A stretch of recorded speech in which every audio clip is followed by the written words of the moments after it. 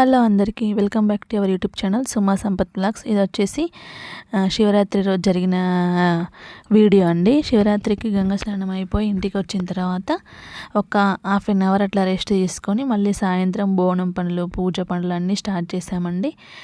బోనానికి అయితే ఇలా కడపలలుకొని ముగ్గులు పెట్టుకొని, యాక్చువల్లీ మేము మర్చిపోయాం బంతిపూలు తీసుకురావడం మర్చిపోయాం. బోనాలు అంటేనే బంతిపూలు మేము అసలు మర్చిపోయాం. మార్కెట్లో కూడా ఎక్కడ కనవడలేదండి.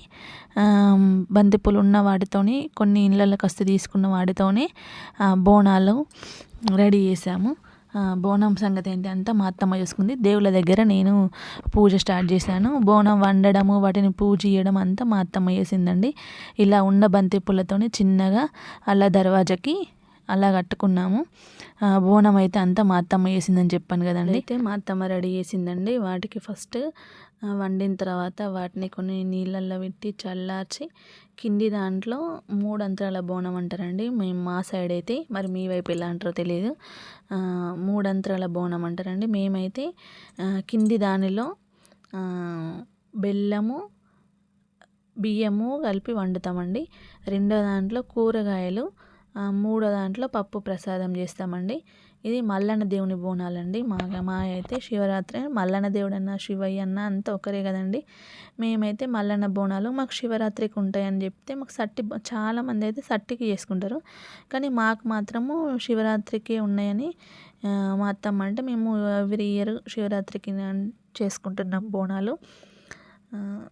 బోనాలు అయితే మంచిగా జరిగిందండి. వండడము వాటిని పూజ చేయడం అంతా మా అత్తమ్మ చేసుకుంది. దేవుళ్ళ దగ్గర ఫోటోలు క్లీన్ చేసి పూజ గది శుభ్రము చేసుకోవడం, దీపారాధన చేయడం అంతా నేను చేశాను.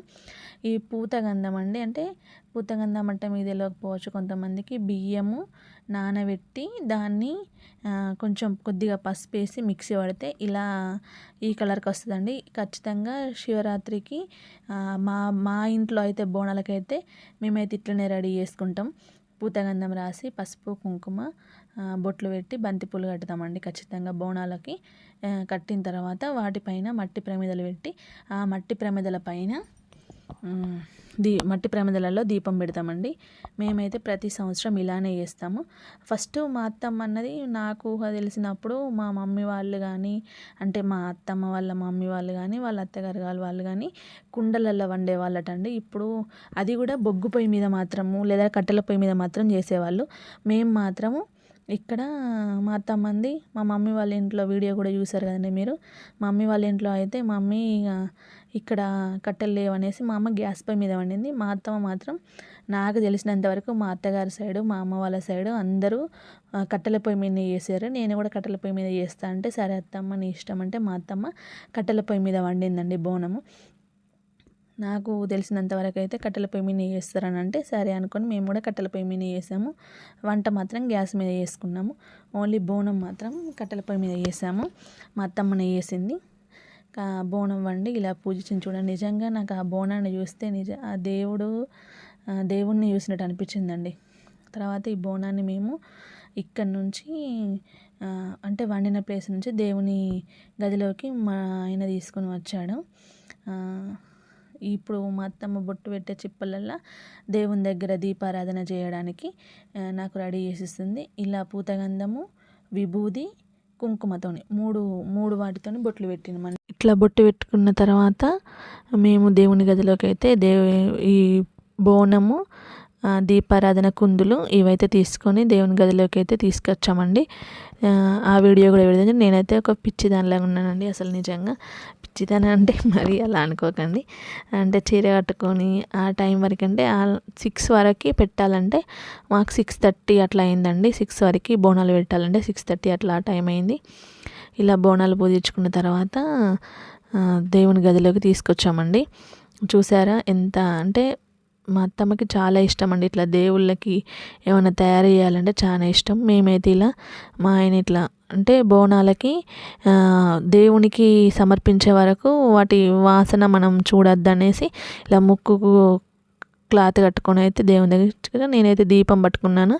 మా అత్తమ్మ పసుపు చల్లుతుంది. మా ఆయన అయితే ఇట్లా తీసుకొని వచ్చారు. మామిడాకులు కూడా కట్టారు. మా పాప వీడియో తీస్తుంది. ఇంతే అండి వీడియో. మా వీడియోస్ కనుక నచ్చినట్లయితే లైక్ చేయండి, షేర్ చేయండి, కామెంట్ చేయండి. అలాగే మా వీడియోస్ ఎలా ఉన్నాయో కామెంట్ రూపంలో తెలపండి.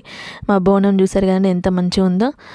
దేవుళ్ళకి అన్ని ఈ ప్రతిమలకన్నిటికీ ఫోటోలకన్నిటికీ నేనే బొట్లు కుంకుమ అన్నీ పెట్టానండి. శివయ్యకు నేను ఈ సంవత్సరం తెలుసుకున్న విషయం ఏంటంటే శివయ్యకి ఎప్పుడు కూడా కుంకుమ పెట్టద్దటండి. అంటే మీలో అందరికీ ముందే తెలిసి ఉంటుంది, నాకైతే ఈ సంవత్సరమే తెలిసింది. అలా అందుకే ఒక గంధం పెట్టి వదిలేశాను. మా ఇంట్లో ఒక చిన్నది శివయ్యది ఉండే అండి, అది కనబడట్లేదు. దాని ముందు ఇట్లా దీపారాధన చేస్తాం, కానీ ఈసారి ఫోటోల ముందే చేసాము.